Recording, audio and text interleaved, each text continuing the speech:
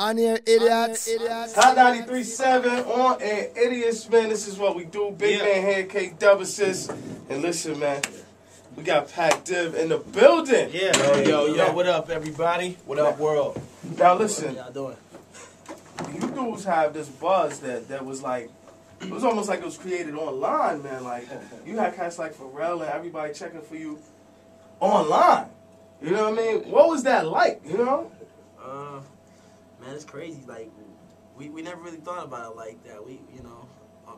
One of my boys said something earlier today. You build it, he will come, right? Yeah, I was gonna say that. This is crazy. Build it, he will come. Shout out to Dave. And now you got the Universal situation popping. And I mean, explain, because what we do here a lot of times, we get a lot of guys wondering, yo, how do I get on? How do I get on and stuff like that. And then for you to have a situation here, I think people think once you sign, then everything is smooth sailing. That's when the work happens. And it's not that. Oh yeah, That's where it happens. starts. That's where the work starts. Yeah, shout out to Miss Sylvia Roan and everybody over there at Universal. But once you get signed, Demetrius Spencer, Make sure you what's say up? his name. Once you get signed, we still make sure that we move like we not signed. We still want to make sure we out there working just as hard, keeping fresh videos, keeping quality. We concentrate on quality and good songs. So. Right. Because we signed ourselves in 06 when we decided we wanted to really go hard with it. So. Right. And that's what I was going to ask. What was the plan? When you guys sat down and you guys launched this, what was the plan? Was it to go internet-based and get to where you're at now? Yeah, it was just to build it, man, like, wherever, however. We jumped on MySpace early. We realized the power in that. And it's kind of like, like a ship when you begin to sell it, and then it just kind of autopilots itself. Like a situation like MySpace would work wonders for us because that was the avenue where people were able to come to a home and check out our music that we would put up, and then we would do shows frequent too out there. So we've seen every type of show from 7 people to 7,000 people. Right. And we've done shows with everyone from Ludacris to NERD to the Roots to who else? Like the range is nasty. Ice-T, we done like everything. And you got your YouTube popping too. YouTube, another big YouTube avenue. is another avenue that I encourage all up and comers or all aspiring artists to really take advantage of. Keeping the visual fresh, keeping the content fresh, and just making sure at the end of the day that whatever is shown of you, like, it is you. Right. Because that'll bite you in the butt if somebody catches you down the line and it's not you. Yeah. Like, if that's not you, if that whole persona isn't you, like with the cameras that's going around now on phones and on everything, like, the game has changed. You gotta make sure that it's not you don't even got a booger in your nose. If you got a booger in your nose, you better watch out. Somebody gonna post it on YouTube. Pac Div like had a booger in his nose. Thought you were supposed to be fresh. Now you guys got the tour with Kid Cudi and Asher Roth. How'd you guys link up with them? They're good friends of ours. We've had the opportunity to meet both, and they're both cool. We like their movement, we like their energy, and Sylvia Roth threw the alley-oop to us. The label threw the alley-oop, and we're just fortunate and blessed to be in that situation. That's a good look because you're bringing 3 movements together. Yeah, it's kind of like the 3 artists the young artists on the horizon for Universal, if you want to say, kind of like the young cats coming up for the label. Right. Yeah, 3 artists with Verizon. Yeah. Wireless. Wow. I mean, now, looking at the industry now, do you feel like artists are pressured to go in a certain direction after they're signed? Like, what type of creative control do you have over your own situation with the deal that you have? It's a balance. You don't want to come in declaring all types of rights to everything. You still got to prove yourself in the building, but it is a balance. Like, you listen to what they say, hopefully they listen to what you say, and in our situation, like, Universal's real cool. Our A&R, Demetrius, is really cool because he kind of lets us kind of pilot our situation with everything. He trusts our instinct and judgment so much that he's like, you know what, you just do you. That's what attracted us to you in the first place. Right. You guys did you. And they just kind of help in areas where, they may see needed. But other than that, they let us free range artistically to express ourselves, and that's the very thing that got their attention. So they, never mess with that. Right. Yeah. Never mess with that. Now, Pac Div in the building. Let's touch on something to be clear, people. Lakers. Understand that? And we're taking it next year too. And That's we're taking right. it next year, and we're not like those wishy-washy Laker fans, or we're not like just one player fans. We are Laker fans. I'm talking about Sedell 3. I'm talking about Terry T. I'm talking about even Jerome Kersey when he came through. Uh-huh. Tony Smith, Eddie Jones. Tony Smith, Eddie Jones, Jones. Anthony Peters, George Lynch, Terry Christie, Talk to him. Derek Strong, Talk to him. Antonio Harvey. Talk to him. This is like Lakers church right now. Larry You understand what I'm saying? This is Lakers church right now. And we were Okay? we were talking off yeah, air. Gary Vitti. We were talking off air, and you guys were saying you got Kobe in your top 5 all time. Yeah, he's Kobe's top 5. Like he's in the shadow of Jordan, no doubt. I mean, he chews gum like Jordan. It's all good. But you can't deny that 81 points, man. Like that's nasty. And we met Kobe actually. He came to my 8th grade basketball banquet because I went to school with Byron Scott's son. So that shows you how deep of a Laker I am. Like I used to go to the games. Like Kobe came to. This is Kobe's rookie year. He came to my banquet. We rapped with him. Yeah, and he was amazed that we knew about Ghostface and Raekwon, and we were amazed that he knew about them. Because back when we was young, we was into East Coast. We was into all kinds of hip hop at a young age. So when he heard us spit, he was amazed, and like he hung out with me and my bro for like the whole time there. Like he was supposed to be shaking hands with other kids, and he stayed at our table the whole time. And and there was a week after he did them air balls, so he gave him the You gave him the business. You gave him the business. Yeah, oh yeah, we heckled him the whole time. He was, The Kobe rap, doesn't he? He raps in Italian too, doesn't he? Yeah. Hey, maybe I was young or something, but he was tight back then. Yeah. When he rapped to us when I was in 8th grade, he was nice. Yeah, I don't know what that title thing was about. But he was that spitting. Philly flow. And he said his favorite rapper was Nas and Raekwon. He said that. That's crazy. Okay. That's crazy. Word. Now, being that you guys are from the West Coast, you got a lot of cats from the West saying they king, right? Saying they who? King. Saying they're king. Saying they king of the West, right? Okay. The game shouts it out probably the last 2 or 3 years. Now you got Crooked Eye from Slaughterhouse be saying it now.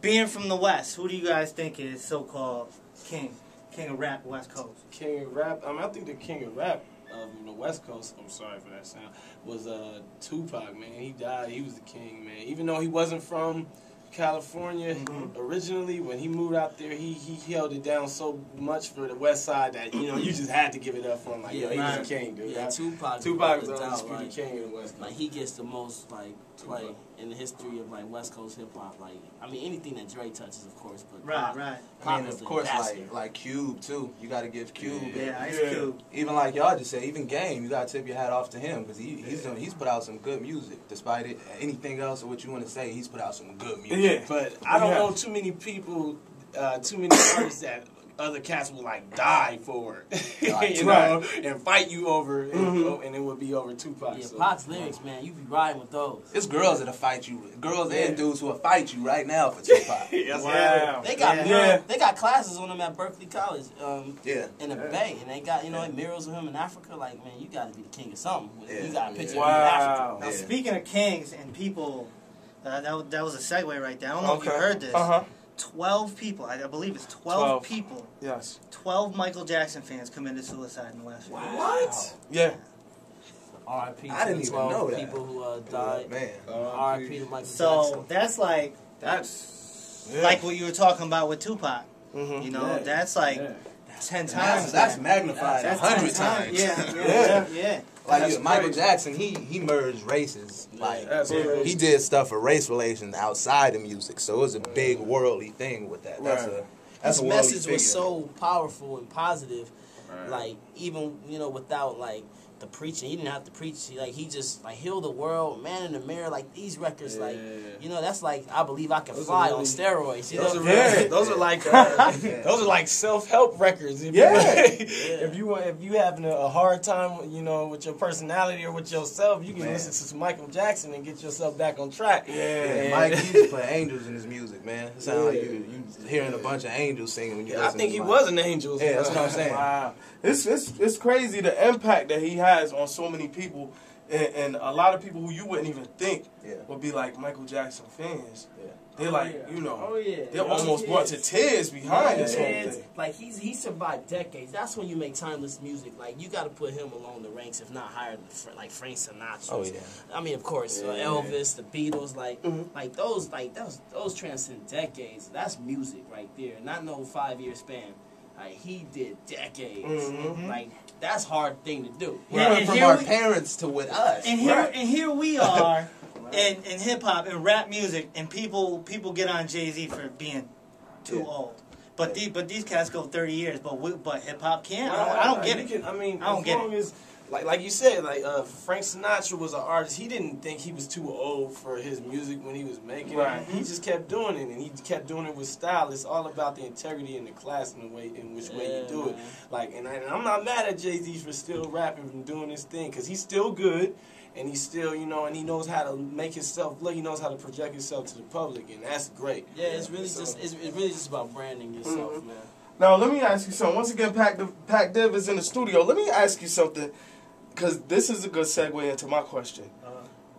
Where do you think hip hop kind of, and I'm not saying died or anything, but lost it? Because I look at it like you have kids coming up now. And it's like they don't want to know about the rappers who paved the way. Right. You understand what I'm saying? And it's rappers out here who have records out. They have deals, and they know nothing about the dude who was rapping 10, 12 years ago. Right. You know what I mean? How does that make you feel as artists? Because I feel like, you know, me as a DJ, I look at other DJs. You know what I'm saying? When they don't know those records to have in the club, when it's time to go old school, when you don't know about old party breaks, I'm like, come on, man, do your homework. Yeah. It's disrespecting the craft to me.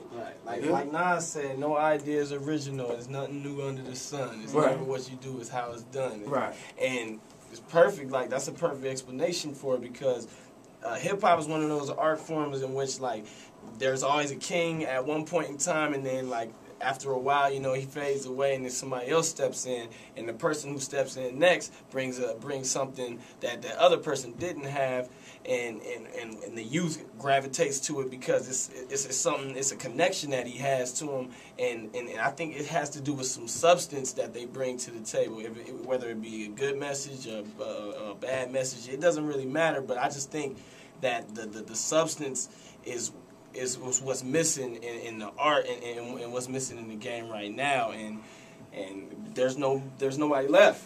And answering the question, I think ultimately it goes to the artists of today to show these young kids who did it in the past. Right. That's the best solution. Right. Like, show it in your music, you show it in your radio interviews. Shout out Naughty by Nature. Shout out, it's okay to shout out these old people you got inspired by. Like, and I think Pac Div is the solution to that problem there, because, like, as I show you later, we got a couple videos that'll throw you back to some golden era 90s, but it's still us. It's still us in present. Then we got records that'll take you to the future. We got records that'll take you to the 80s. Mayor, for example, our single.